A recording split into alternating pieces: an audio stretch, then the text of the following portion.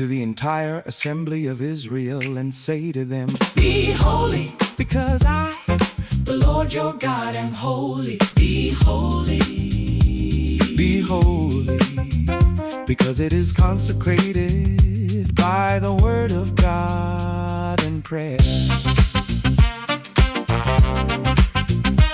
Be holy. Be holy, be holy, because it is consecrated by the word of God and prayer.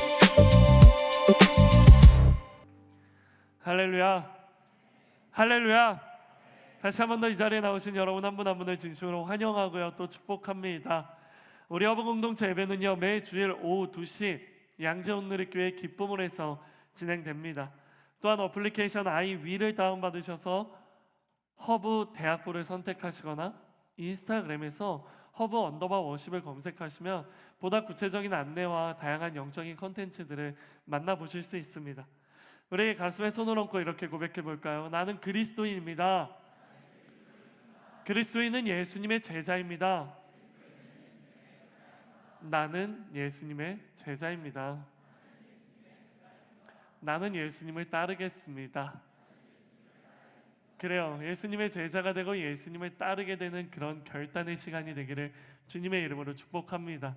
오늘은 시편 1편의 말씀을 통해 우리가 살아가야 하는 삶이라는 제목으로 하나님의 은혜를 함께 나누도록 하겠습니다.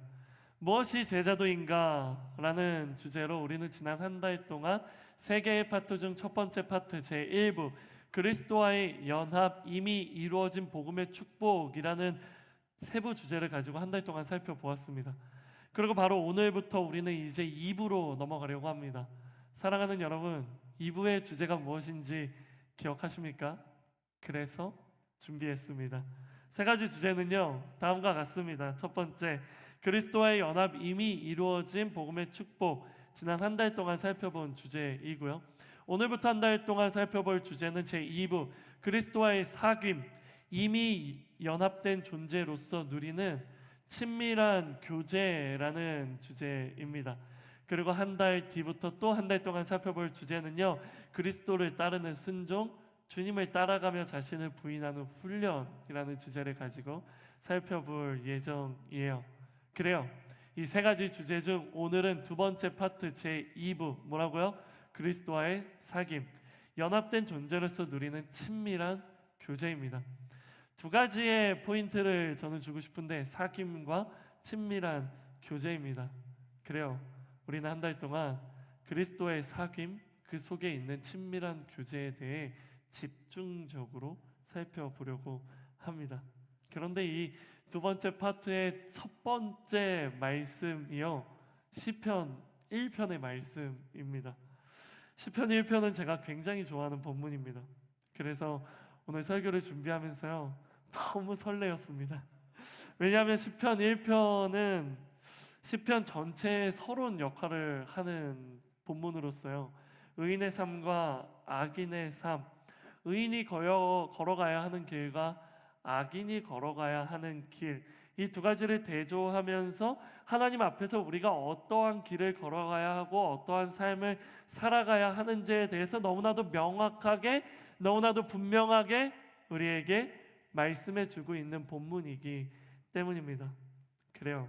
시편 1편을 줄이면요, 악인의 길과 의인의 길을 대조하며 하나님과의 친밀한 교제를 위해 악한 길이 아니라 의인의 길을 걸어야 한다라는 것이 바로 시편 1편의 한 줄 요약입니다.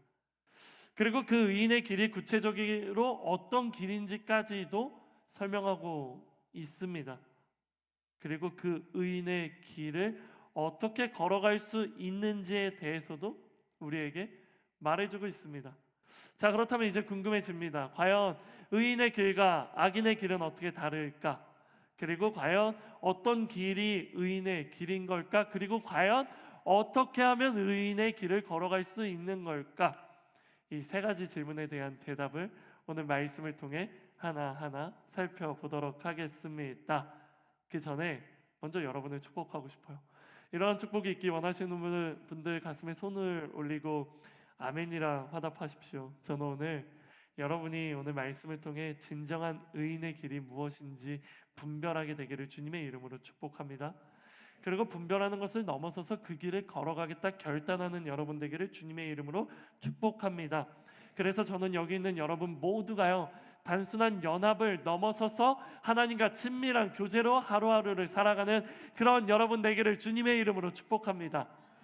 그렇다면 시작해 보도록 하겠습니다. 가장 먼저 본문 1절의 말씀을요, 큰 목소리로 읽어볼까요? 시작. 다시 읽을게요. 큰 목소리로 읽어보도록 하겠습니다. 시작. 복이 있는 사람은 악한 사람들의 꾀를 따라가지 않고 죄인들의 길에 서지 않으며 남을 업심 여기는 사람들과 자리를 함께하지 않고. 아멘. 가장 먼저 질문하고 싶습니다. 1절 시편 1편 1절의 시작은요, 복이 있는 사람이라고 시작합니다. 그렇다면 질문, 과연 여기에 기록된 복은 무엇일까요? 과연 시편 1편에서 말하는 복이란 무엇일까요? 이 세상에서 말하는 복과는요, 너무 다른 복입니다. 세상적인 기준에서의 복은 무엇입니까? 세상의 기준에서의 복은 무엇입니까? 그것은 바로 내가 원하는 것을 이루는 것입니다. 좋은 직장, 좋은 연봉, 좋은 집, 좋은 차, 이러한 것들을 누리고 이러한 것들을 소유했을 때 세상은 그게 복받은 인생이다라고 이야기합니다. 물론 성경에서도 이러한 세상의 복에 대해 아예 배제하는 것은 아니지만 성경에서 말하는 복은 차원이 다릅니다. 기억해 주실래요? 성경은 하나님의 올바른 관계 안에 있는 상태, 즉 하나님과의 관계를요, 복이라고 말하고 있습니다. 뭐라고요? 하나님과 함께함, 임마누엘, 하나님과의 관계를 성경은 복이라고 이야기하고 있다라는 거예요. 왜냐고요? 답은요, 간단합니다. 하나님은 우리를 만드신 창조주이기 때문입니다. 여러분은 창조의 하나님을 믿으십니까? 여러분은 하나님께서 이 세상의 모든 것을 창조하시고 우리를 창조하셨다라는 것을 믿으십니까? 바로 거기서부터가 하나님의 자녀 예수님의 제자들의 출발점입니다. 이 출발점에 우리가 동의하고 그것을 믿음으로 고백하기 때문에 우리는 이 자리에 있고 이 자리에서 하나님을 예배하고 있고, 그런 하나님을 예배하며 창조주 되시는 하나님을 따라 살아가는 그런 삶, 성자 예수님의 모습을 기억하며 성령 하나님을 인도하심을 따라 살아가는 그런 삶, 그런 삶이 바로 그리스도인의 삶이라고 부르고 그런 우리를 그리스도인이라고 부르기 때문입니다. 그렇기 때문에 그리스도인으로서 우리는 우리의 창조주 되시는 하나님께서 우리와 함께 하실 때 진정한 창조의 목적을 이룰 수 있고 진정한 창조의 목적이 회복된다는 것 또한 인정하는 것입니다. 그렇기 때문에 이 세상의 주인 되시는 하나님께서, 우리를 너무나도 사랑하시는 하나님께서 우리와 함께 하시고 그 위대하신 하나님께서 올바른 관계를 우리와 맺어주시고 그 속에서 우리에게 밀려오는 엄청난 평안함, 그 속에서 우리에게 주시는 엄청난 은혜, 바로 그러한 것들이 우리 가운데 채워지게 되는 거예요. 하나님 안에서 아무런 걱정도 없고 아무런 염려도 없고 완전히 하나님으로 인해 채워진 상태, 바로 이 상태가 성경에서 말하는 복이라고 정의하고 있는 것입니다. 즉 성경은 어떤 것을 가지고 있느냐가 아니라 누구와 함께 있느냐를 더 중요하게 보고 있다라는 것입니다. 이 시간 여러분을 축복합니다. 나는 여기 있는 우리 모두가 바로 이 복을 누리게 되기를 주님의 이름으로 축복합니다. 나는 여기 있는 우리 모두가 하나님과 진정한 올바른 관계를 맺게 되기를 주님의 이름으로 축복합니다. 그로 인해 나는 여기 있는 우리 모두가 하나님이 주시는 완전한 평안함과 은혜와 사랑으로 가득 차게 되기를 주님의 이름으로 축복합니다. 다시 본문으로 돌아와서 시편 1편은 바로 이 복을 누리고 있는 사람, 바로 복 있는 사람에 대해 몇 가지 특징을 우리에게 이야기해 주고 있습니다. 다시 한 번 더 1절의 말씀을 읽어볼까요? 시작.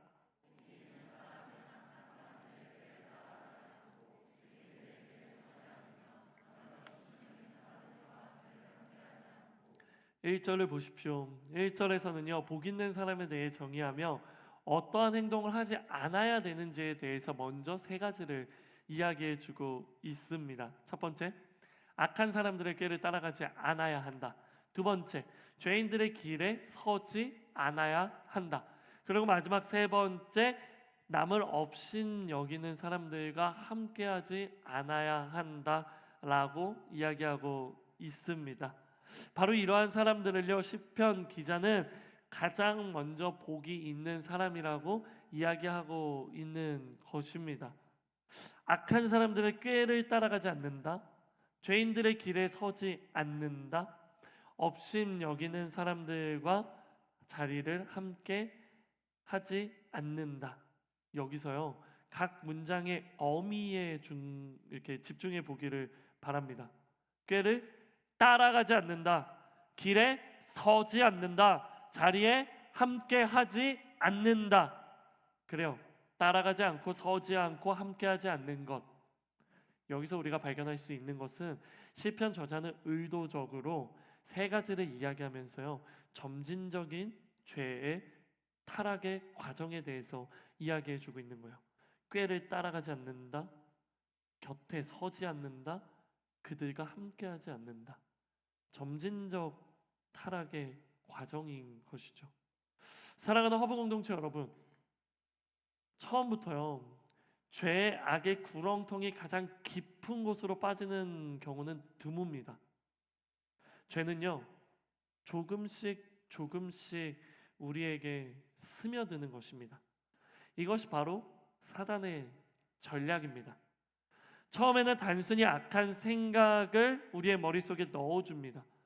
처음에는 단순히 악한 생각을, 악인의 생각을 받아들이게 합니다. 그리고 두 번째로 사단은 그 악한 생각이 우리의 머리를 지배하고 우리의 몸을 지배하도록 죄의 삶에 참여시키기 시작합니다. 그리고 결국 마지막 세 번째, 하나님을 조롱하는 사람들, 하나님을 거부하는 사람들, 하나님의 창조 질서를 무너뜨리려는 그 사람들과 함께하는 자리에 우리를 데리고 가는 것입니다.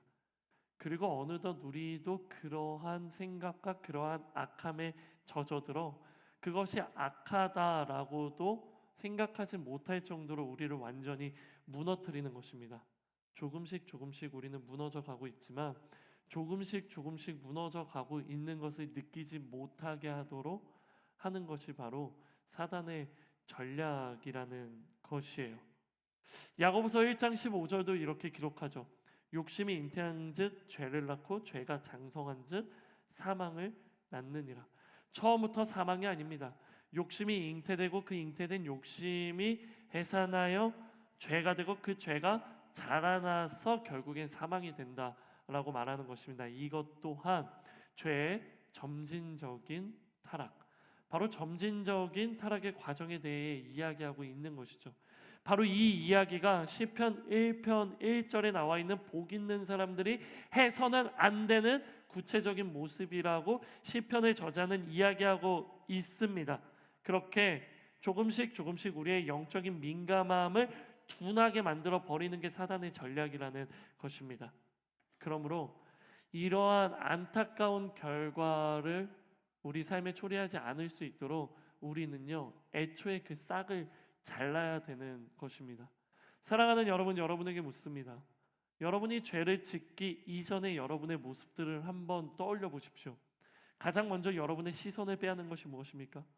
가장 먼저 여러분의 마음에 악한 생각이 들어오게 되는 그 통로는 무엇입니까? 그 악한 생각이 우리에게 들어와 그 악한 생각을 묵상하다 보면 그 악한 생각이 우리의 행동에서 나오게 되고 우리의 행동에서 그게 나오게 되면 그 행동이 습관이 되고 습관이 되면 그 악함은 우리 자체가 되는 것입니다. 그러기 위해 우리가 해야 하는 것은 우리의 시선을 빼앗고 우리의 마음을 빼앗고 우리의 생각을 빼앗는 그 통로가 무엇인지를 발견하고 그 통로를 차단하는 것입니다. 제가 여러분에게 말씀드려서 이미 아실 거예요. 그 유명한 종교개혁자 마틴 루터가 한 이야기 무엇이죠? 새가 머리 위를 날아다니는 것은 막을 수 없지만 그 새가 우리 머리 위에 둥지를 트게 하는 것은 막을 수 있다라는 것입니다. 사단이 우리를 공격하는 것 자체는 어떻게 할 수 없지만 그 유혹이, 그 공격이 우리에게 스며들어 우리가 점진적으로 그 죄에 확장되어 빠지게 하는 것은 우리가 막을 수 있다라는 것입니다. 그렇게 악한 사람들의 꾀에 따르지 않는 것부터 시작하여 우리에게 죄와 악의 둥지가 트지 못하도록 힘써야 합니다. 그렇게 되었을 때 우리는 복 있는 사람, 하나님과의 관계가 깨지지 않는 사람, 바로 그런 사람이 되어 하나님과의 참된 관계를 맺고 살아갈 수 있다라는 것입니다. 사랑하는 여러분, 이 시간 이 부분을 통해 한 가지 영적인 비밀을 알려드리려고 합니다. 기억해 주세요. 의인과 악인의 중간지대는 없다라는 것입니다. 다시 말해 의인의 길과 악인의 길은 조금도 겹쳐지는 부분이 없습니다. 한 발로 의인의 길을 밟고 있고 또 다른 한 발로 악인의 길을 밟고 있을 수도 없다라는 것입니다. 물론 하나님을 믿지만 여전히 죄와 싸우고 있는 우리입니다. 물론 말씀을 사랑하지만 세상의 영향을 받기도 하는 우리입니다. 물론 순종과 불순종 사이에 때로는 흔들리는 과정을 겪을 수 있기도 합니다.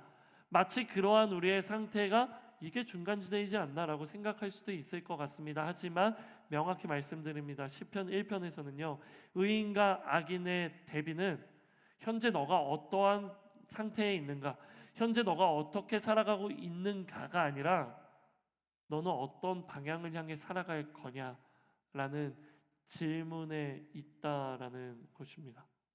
뭐라고요? 너가 지금 어떻게 살아가고 있니가 아니라 너는 어떤 방향을 향해 살아갈 거야? 라고 시편 기자는 우리에게 물어보는 것입니다. 즉, 악인의 길이야? 의인의 길이야? 너 어떤 삶을 살아갈 거야? 악인의 삶은 이런 삶이고 악인의 길은 이런 길이야. 근데 의인의 길은 이런 삶이고 의인의 길은 이런 길이야. 너 이 둘 중에 어떤 삶 살 거야? 라고 직접적으로 물어보는 게 시편 1편이라는 것이에요. 그리고 그 질문에 대한 대답조차 시편 1편의 기자는 하고 있는 것입니다. 그러므로 우리는 정말 의인의 길을 걷겠다고 분명하게 결단해야 합니다. 그저 의인의 길이 이런 길이구나를 깨닫는 것을 넘어서서 시편 기자가 물어보는 질문, 너 어떤 방향으로 나아갈 거야? 너 어떻게 살아갈 거야? 라는 그 질문에 나는 의인의 길을 살아갈 거야. 비록 내가 지금 조금 무너지고 내가 비록 지금은 조금 흔들릴 수 있어도 그래도 내가 살아가고자 하는 방향은 이거야. 내가 살아가고자 하는 삶은 이런 삶이야 라고 우리가 대답할 수 있어야 한다라는 것입니다. 이것이 바로 결단의 모습이라는 것이에요. 비록 지금 내 삶의 중간지대의 삶이 있을지라도요, 앞으로 나의 삶은 악한 사람들의 꾀에 따라가지 않겠다, 죄인들의 길에 서지 않겠다, 남을 업신 여기는 사람들과 자리를 함께하지 않겠다 라고 분명하게 결단해야 한다라는 것이에요. 사랑하는 허브 공동체 여러분, 여러분에게 물어보고 싶어요. 아멘이신 분들만 자신 있게 아멘 해주세요. 부탁드리고 싶은 건데 아멘을 소심하게 하지 마십시오. 아멘, 그거 좋습니다. 이렇게 하는 겁니다, 여러분. 이왕 아멘인 거 자신 있게 아멘을 외치는 거예요. 여러분에게 물어봅니다. 아멘이신 분들만 아멘으로 대답하세요. 여러분도 복 있는 사람이 되길 원하십니까? 제가 뭐라고 물었죠? 복 있는 사람입니까? 라고 묻지 않았어요. 여러분도 복 있는 사람이 되길 원하십니까? 여러분들은 정말 복 있는 사람, 하나님과 올바른 관계를 맺기 원하십니까? 그렇다면 결단해야 합니다. 이제는 더 이상 사단의 공격에 쓰러지지 않겠다. 이제는 사단의 공격에 속아 넘어가지 않겠다. 이제는 먼저 우리의 지난 날들을 회개하며 하나님 앞에 결단해야 되는 것입니다. 기억하십시오. 결단은 단순한 각오를 넘어섭니다. 회개는 단순한 후회를 넘어섭니다. 그러므로 오늘 설교 후에 기도할 때 단순히 지난날의 나의 삶을 후회하는 것이 아니라 단순히 또 한 번의 각오로 그래요 이렇게 살아가 볼게요 라고 말하는 것이 아니라 진짜 하나님께 우리의 죄를 고백하고 예수 그리스도의 보혈로 그 죄가 씻겨졌음을 믿음으로 회개하고, 그리고 하나님의 능력과 은혜를 구하며 성령의 충만함으로 죄의 유혹으로부터 완전히 이미 승리하신 예수님의 그 승리를 우리도 누리게 해달라고 결단해야 한다라는 것입니다. 그러면 반드시 하나님께서 우리의 기도에 응답하실 것입니다. 이전과는 다른 삶을 살 수 있는 길을 열어주실 것입니다. 그리고 그 길은 곧 복 있는 사람들이 걷게 되는 길이 될 것입니다. 아멘. 아멘. 하지만 이런 이야기도 여전히 우리에게 조금은 추상적으로 들려올 수 있습니다. 그럴 수 있어요. 그래서 시편 저자는 보다 구체적으로 그것이 어떤 모습인지에 대해 2절을 통해 이야기해주고 있습니다. 조금 더 큰 목소리로 2절을 읽어볼까요? 시작.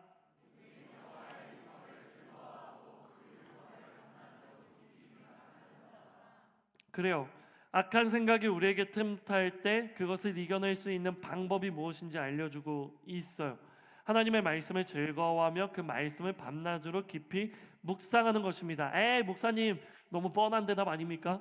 그 뻔한 대답을 한 제가 여러분에게 물어봅니다. 그 뻔한 대답대로 살아가고 있습니까? 하나님의 말씀을 즐거워하고 있습니까?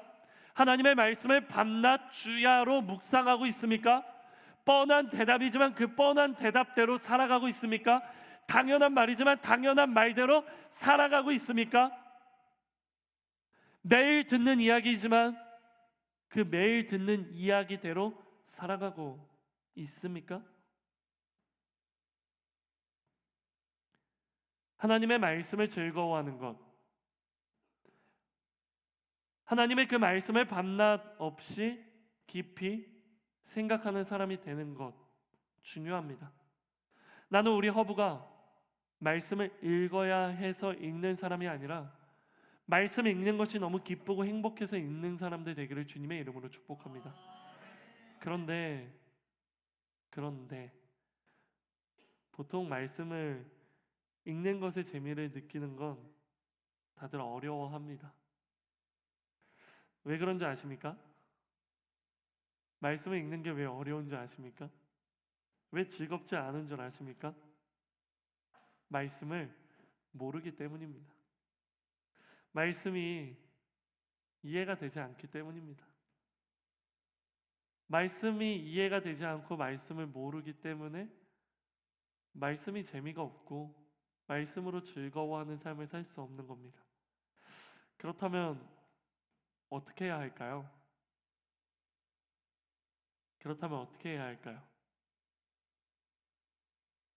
말씀을 모르기 때문에 공부해야죠. 나무를 하나하나 보게 되면요, 그 나무에 대해 이해하기 어렵습니다.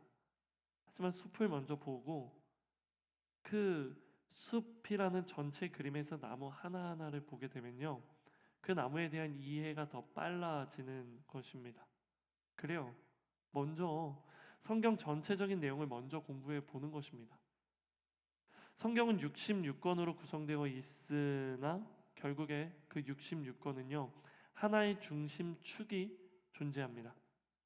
서로 다른 내용을 기록하고 서로 다른 저자들이 기록한 66권의 책인 것 같지만 그 66권의 책은 결국 하나의 실로 꿰일 수 있다라는 것입니다. 그 중심축 하나의 실, 바로 그 실을 가지고 한 권 한 권을 묵상해 보는 것입니다. 그렇다면 이전에는 그렇게 어렵게만 느껴졌던 내용들이요, 이제는 이해가 되고요, 그리고 형식적으로 했던 묵상이요, 깊은 묵상으로 바뀌게 되는 것이에요. 바로 이것을 위해 우리 허브공동체는 한 달에 한 번 에센셜 리스트라는 성경 개관의 시간을 갖습니다. 바로 어제 요나와 나훔에 대해 함께 공부하는 시간을 가졌습니다. 혹시 어제 그런 시간이 있었어? 라고 생각하시는 분들이 계시다면 안타깝습니다. 혹시 있었는데 갈걸 이라고 생각하시는 분들이 계시다면 이미 늦었습니다. 하나님이 주신 기회를 붙잡아야 합니다. 제가 뭐라고 말씀드렸죠? 한 달에 한 번 있다고 말씀드렸습니다. 은혜이고 감사한 건 우리에겐 다음 달이 있다는 것입니다. 은혜이고 감사한 건 다음 달에도 성경 개관 시간은 있다라는 것입니다. 그 성경 개관을 통하여 여러분이 성경의 전체적인 그림을 먼저 그리시기를 바랍니다. 그리고 성경의 전체적인 내용과 주제와 핵심을 파악하시기 바랍니다. 그리고 그 내용을 가지고 각각의 내용들과 각 장과 각 절을 묵상하게 되기를 바랍니다. 그러면 성경은 진짜 재밌어지는 것입니다. 제가 장담합니다, 여러분. 그러니 그 자리에 여러분을 초대하오니 여러분의 많은 관심을 부탁드립니다. 사랑하는 여러분, 제가 이렇게 얘기 드리면 누군가는 이렇게 얘기할 수 있습니다. 성경을 공부할 시간이 없다고. 성경을 공부할 기회가 내겐 너무 적다고 이야기합니다. 성경을 공부할 시간이 없다고 말하지 말아주십시오. 성경을 공부할 기회가 없다고 말하지 말아주십시오. 정말 죄송하지만, 진짜 죄송하지만 성경을 공부할 마음이 없는 거 아닙니까? 우리에게 매학기 바이블 아카데미도 열리고 허브에서 에센셜 리스트도 하고 오늘이 교회에서 만든 기독 OTT 플랫폼 어플리케이션 퐁당도 있습니다. 특별히 그 퐁당에는 네로라 하는 한국의 유명한 강사님들, 목사님들, 교수님들의 강의가 너무나도 많습니다. 마음만 있다면 언제든 성경을 공부할 수 있는 것이죠. 그렇다고 교회 밖에서 따로 성경 공부하지 않기를 바랍니다. 성경 공부하고 싶은 분들은 저에게 꼭 이야기해 주시길 바랍니다. 혹시 이 자리에 있는 신천지분들 이거 기회다 하면서 오늘 끝나고 야 목사님이 성경 공부하래잖아, 좋은 데 있어 같이 가자 라는 생각 하지도 마십시오. 제가 말했습니다. 오늘 예배 끝나고 그렇게 말하는 사람이 있다면 의심하십시오. 그리고 제게 제보해 주십시오. 여러분을 보호해드리고 지켜드리겠습니다. 그러기 위해 이미 온누리교회는 여러분에게 수많은 성경 공부의 자리를 오픈하고 있습니다. 게시판을 보십시오. 그 게시판에 이미 수많은 강의들이 붙어져 있는 거예요. 그러니 사랑하는 허브 공동체 여러분, 악이 틈타지 못하도록 하나님의 말씀으로 여러분을 가득 채우십시오. 죄가 틈타지 못하도록 밤낮으로 말씀으로 무장하십시오. 성경 공부에 힘써서 성경에 정통한 사람들 되십시오. 처음에는 우리가 말씀을 읽지만 결국 말씀이 우리 인생의 해답이 무엇인지 읽어줄 것입니다. 처음에는 우리가 말씀을 지키지만 결국 말씀이 우리를 지켜줄 것입니다. 바로 이러한 말씀과 이러한 능력을 신뢰하며 말씀으로 거룩해지는 여러분 모두가 되기를 주님의 이름으로 축복합니다. 이런 마음이 있으신 분들 다시 한 번 더 가슴에 손을 올리고 아멘으로 화답합시다. 나는 우리 허브 공동체 청년들이 악한 사람들의 꾀를 따르지 않게 되기를 주님의 이름으로 축복합니다. 죄인들의 길에 서게 되지 않기를 주님의 이름으로 축복합니다. 남을 업신여기는 사람들과 함께하지 않게 되기를 주님의 이름으로 축복합니다. 이를 위해 열심히 성경을 공부하여 성경에 정통한 사람들 되기를 주님의 이름으로 축복합니다. 다음 두 번째입니다. 우리 함께 이어지는 3절과 4절의 말씀을 읽어볼까요? 시작.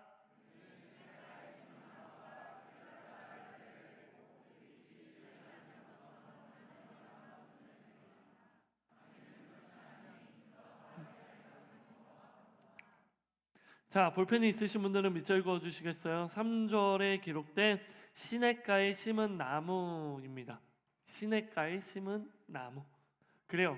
시냇가에 심은 나무는 계절을 따라 열매를 맺고 시들지도 않고 그렇게 되지만, 그런데 악인들은 그렇지 않고 싹을 트지 못하는 그저 바람에 날아가는 겨와 같다라고 성경은 이야기하고 있습니다. 이것이 우리에게 던져주는 질문이 무엇입니까? 이는 우리가 어디에 뿌리를 내리고 있는가에 대한 질문을 우리에게 던져주는 거예요. 제가 이번 주 이재현 목사님의 설교를 들으며 한 가지 흥미로운 나무에 대해 알게 되었어요. 바로 사하라 사막에 있는 테네레 나무입니다. 앞에 화면을 봐주시겠어요? 이 나무는요, 사하라 사막 내부에 있었는데 이 나무를 중심으로 수백 킬로 반경 내에 거의 유일한 나무입니다. 한때 지구상의 가장 고립된 나무라고 불렸고요, 사막을 횡단하는 여행자들의 중요한 이정표 역할을 했던 나무입니다. 제가 이 자료를 찾아보면서 한 가지 어이없는 걸 발견했어요. 뭔지 아세요? 이 나무가 지금은 없는데 모형으로 다시 만들어놨거든요. 왜 없어진 줄 아십니까? 나무가 스스로 죽은 게 아니라 자동차하고 부딪혀가지고 나무가 꺾였다라는 거예요. 말도 안 되지 않나라는 생각? 하지만 이 나무의 그 의미가 너무 있기 때문에 다시 모형으로 만들어놨다라고 하더라고요. 다시 말씀으로 돌아왔어요. 이 나무가 이 사막에서 어떻게 살아 있을 수 있었을까요? 주변의 모든 나무는 다 뿌리 뽑혔는데, 주변의 나무는 모두 다 뿌리를 내리지도 못하고 죽었는데, 근데 어떻게 이 나무는 사막에서도 살 수 있었을까요? 이는 그 나무의 뿌리에 있었습니다. 테네레 나무의 뿌리는 36m까지 뻗어 있었다고 합니다. 36m 직관적으로 이해가 안 되죠. 아파트 10층 높이입니다. 아파트 10층 높이만큼 밑으로 뻗어 있었으며, 그것의 지하에 있는 물에 다 나무가 수분을 공급받고 영양분을 공급받아서 이 나무는 살 수 있었던 것입니다. 그렇습니다. 눈에 보이지 않는 뿌리가 나무를 살릴 수 있는 그 물을 만났을 때 그 나무는 죽지 않고 살아갈 수 있었던 것입니다. 다시요. 나무가 물을 만났을 때, 나무의 뿌리가 물을 만났을 때 그 나무는 죽지 않고 계속 살 수 있었다라는 것이에요. 다시 3절을 보십시오. 시냇가에 심은 나무를 또 떠올려 봅시다. 사막이 아닙니다. 아주 깊은 곳에서 뿌리가 물을 간신히 만나는 것도 아닙니다. 3절은 아예 나무가 시냇가에 심겨져 있다라고 말합니다. 사막의 뿌리가 간신히 물에 닿은 그 나무도 이렇게 살아가는데, 아예 시냇가에 심어져 있다면 어떨까요? 정말 말씀에 기록된 것처럼 계절에 따라 열매를 맺고 절대 시들지 않게 되지 않겠습니까? 이러한 말씀을 보며 누군가는 이러한 불평을 할 수도 있을 것 같아요. 결국 어디에 씨가 뿌려지고 어디에서 자라나는가가 중요하다는 건가? 어떤 나무는 사막 한가운데, 어떤 나무는 시냇가에 심겨지는 것은 나무의 의지가 아닐 텐데, 결국 이러면 운에 따라 그 사람이 풍족한지 그렇지 않은지가 결정되는 거 아닌가? 라는 생각을 할 수도 있을 것 같은데, 하지만 이 말씀은 그런 말씀이 전혀 아닙니다. 여기서 기록된 시냇가라는 것의 단어의 원어를 보면요, 자연스럽게 생겨난 물을 말하는 게 결코 아닙니다.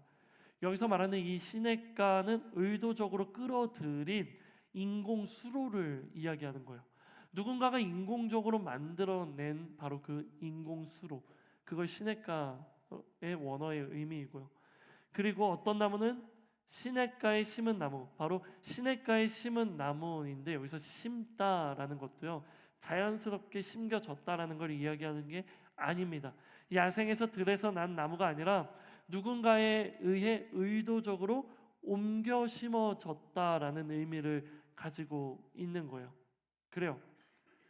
우리의 농부 되신 하나님께서 우리를 자라나게 하시고 우리를 죽지 않게 하시기 위해, 우리에게 열매를 맺게 하시기 위해, 우리를 시들게 하지 않게 하시기 위해 의도적으로 시냇가를 만드시고요, 의도적으로 우리를 그 시냇가 옆으로 옮겨 놓으셨다라는 게 이 시편 1편의 진짜 의미라는 거예요. 그렇게 하나님께서는 우리에게 필요한 물을 충분히 마실 수 있도록 해주신 것입니다. 기억해 주세요. 이것이 바로 하나님과 연합된 사람이 누리는 친밀한 교제의 유익입니다. 이에 대해 시편 92편 13절과 14절도 비슷한 말씀을 하고 있죠. 여호와의 집에 심긴 사람들이 우리 하나님의 뜰에서 번성할 것이다. 그들은 노년에도 여전히 열매를 맺고 진액이 가득하고 싱싱할 것이다. 이 말씀에는요, 여호와의 집에 심겼다라고 말하고 하나님의 뜰에서 번성할 것이다라고 이야기하고 있습니다. 그들은 시냇가에 심은 나무처럼요, 노년에도 열매를 맺고 진액이 가득하며 싱싱할 것이라고 말하고 있는 것입니다. 이 또한 하나님과 연합된 사람들이 누리게 되는 유익이라는 것입니다. 사랑하는 허브 공동체 여러분, 예수님을 만나기 이전에 우리는 조금의 수분도 얻을 수 없는 사막 한가운데 메말라 가고 있던 사람들이지 않습니까? 하지만 하나님께서 너무나도 우리를 사랑하신다는 그 이유 하나만으로 우리가 도저히 메말라 죽는 모습을 보지 못하셔서 하나님의 아들이신 예수님을 이 땅 가운데 보내주셨습니다. 그리고 예수님께서 하나님의 말씀에 순종하며 자기 몸을 우리를 위한 대속물로 바치시며 십자가에 못 박혀 죽으셨고 죽은 지 3일 만에 다시 살아나셨습니다. 그렇게 부활하신 예수님은 결코 마르지 않는 물, 영원히 솟아나는 샘물이 되셨습니다. 또한 우리는 하나님의 사랑과 예수님의 순종으로 메마른 사막에서 결코 마르지 않는 샘물 곁, 바로 예수님 곁으로 하나님께서 옮겨주시기까지 하셨습니다. 이것이 바로 하나님의 구원 계획입니다. 이것이 바로 하나님의 의도입니다. 이것이 바로 복음입니다. 그런데 그렇게 우리를 사막에서 시냇가로 옮겨주신 것도 너무 큰 은혜인데 하나님은 거기서 또 하나의 특권을 우리에게 주십니다. 그것이 바로 계절에 따른 열매를 맺고 그 잎이 시들지 않는 것처럼 하는 일들이 모두 다 잘 되는 특권까지 우리에게 하나님은 허락하시는 것입니다. 사랑하는 여러분, 기억해 주세요. 이게 그리스도인들의 특권입니다. 이게 하나님의 자녀들이 누릴 수 있는 특권입니다. 이것은 예수님의 제자들이 누리는 특권입니다. 많은 열매를 맺는 것, 잎이 시들지 않는 것, 그리고 하는 일마다 잘 되는 것, 이것이 우리의 특권인 것입니다. 너무 설레고 너무 기대가 되지 않습니까? 그런데 여러분의 그런 기대감에 재를 뿌리는 것 같지만 그래도 여러분에게 드리고 싶은 이야기는 여기서 말하는 많은 열매 시들지 않다 하는 일이 다 잘 된다라는 것은 다시 1절로 돌아와서 세상에서 말하는 복이 아니라는 것을 다시 말씀드립니다. 그것은 하나님과 더 친밀히 함께하는 복입니다. 더 이상 사막에 외롭게 홀로 있는 게 아니라 하나님과 함께하는 복입니다. 하나님의 자녀로서 예수님의 제자로서 또 다른 사람에게 복음을 전하며 그 사람이 하나님께로 돌아오게 하는 열매를 맺게 해주실 것이라는 말입니다. 그 열매를 맺게 하는 너가 복음을 전하는 그 순간 시들지 않게 하겠다. 세상에 핍박이 있고 환란이 있고 박해가 있고 조롱이 있지만 그럼에도 불구하고 너가 그 열매를 위해 날려간다면 난 너를 시들지 않게 하겠다. 그리고 내가 너와 함께하며 그 복음의 여정에 동행하며 너가 하는 모든 복음의 사역들, 복음의 일들을 내가 잘되게 하겠다 라고 하나님은 말씀하시는 것입니다. 사랑하는 허브 공동체 여러분, 저를 봐주실래요? 성경에서 말하는 복이 그 복이어도 괜찮습니까? 정말 괜찮습니까? 하나님을 믿는다는 것, 예수님을 따른다는 것은 비록 세상의 기준에서의 복을 누리지는 못할지라도 나를 통해 하나님을 알지 못하는 사람들이 하나님을 알게 되고 그 사람들이 하나님께로 돌아오도록 하는 그 귀한 역할에 동참하는 것이 의인의 길이요, 우리가 살아가야 하는 삶인데도 그래도 괜찮으십니까? 설령 우리가 세상적인 기준에서의 복을 누리지 못한다 할지라도요, 하나님이 나와 함께 하시고 하나님과 함께 하나님의 선교에 동참하며 하나님의 사랑과 정의와 공의와 하나님의 질서를 세상 가운데 선포하는 삶, 그 삶만이 여러분에게 있다고 해도 진짜 괜찮으십니까? 그 삶에 많은 고난이 있고 핍박이 있고 환난이 있고 박해가 있다고 해도 괜찮으십니까? 나는 여러분이 이러한 물음에 전심으로, 진심을 넘어 전심으로 아멘이라 화답하게 되기를 소망합니다. 왜냐하면요, 이러한 삶이 우리가 살아가야 하는 삶이요, 이러한 삶이 진짜 의인이 걸어가는 삶이기 때문입니다. 시편 1편 6절은 그런 삶을 살아가겠다 두렵고 떨리지만 결단하는 사람들에게 주시는 하나님의 위로의 메시지입니다. 의인의 길은 여호와께서 보호하시나 악인의 길은 망하리라. 다시요, 의인의 길은 하나님께서 보호하시나 악인의 길은 망하리라. 그래요, 전심으로 고백하고 하나님을 따르겠다 결단하며 내가 그러한 삶을 살아가겠다 다짐하는 사람들에게 하나님께서는 동행하시며 보호하신다라고 말씀하십니다. 나는 여기서 여러분이 아멘이라고 고백하는 사람들에게 하나님의 보호가 있게 되기를 주님의 이름으로 축복합니다. 그래서 이전보다 더 친밀하게, 이전보다 더 세밀하게, 이전보다 더 긴밀하게 하나님과 교제하는 여러분 되기를 소망합니다. 나는 우리 허브 공동체 청년들이 바로 이러한 은혜와 역사를 여러분의 삶의 자리에서 누리게 되기를 주님의 이름으로 축복합니다. 바로 이것이 시편 1편의 진정한 목적이요, 바로 이것이 시편 1편이 우리에게 주는 메시지인 것입니다. 우리 이 시간 이 말씀을 기억하며 함께 하나님 앞에 기도하며 나아가기 원합니다. 우리 가장 먼저 하나님 앞에 기도하며 나아갈 때 하나님께 우리의 지난날의 모습들을 되돌아보게 해달라고 기도합시다. 그리고 용기를 가지고 우리의 지난날의 삶의 모습에 직면하게 해달라고 기도합시다. 여러분은 의인의 삶을 살아가고 있으셨습니까? 여러분은 우리가 마땅히 걸어가야 하는 그 길을 걷고 계셨습니까? 지난날의 모습을 돌이켜보며 이 시간 하나님 앞에 기도할 때 이렇게 기도합시다. 하나님, 혹시 지난날의 나의 삶 가운데 그러한 모습이 없었다면 이 시간 내가 진실로 회개하게 하여 주시옵소서. 내가 진실로 하나님 앞에 나의 악한 모습들을 회개하게 하여 주시옵소서. 단순히 후회하는 것이 아니라 회개함으로 하나님 앞에 나아가 다시 한번 더 출발점에 설 수 있는 내가 되게 하여 주시옵소서.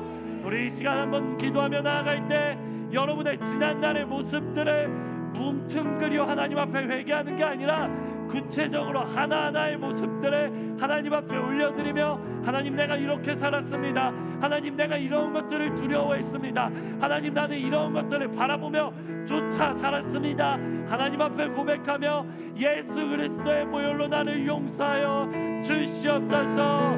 우리 이 시간 이렇게 주님 앞에 회개하는 기도로 주님을 한번 부르며 기도합시다. 주여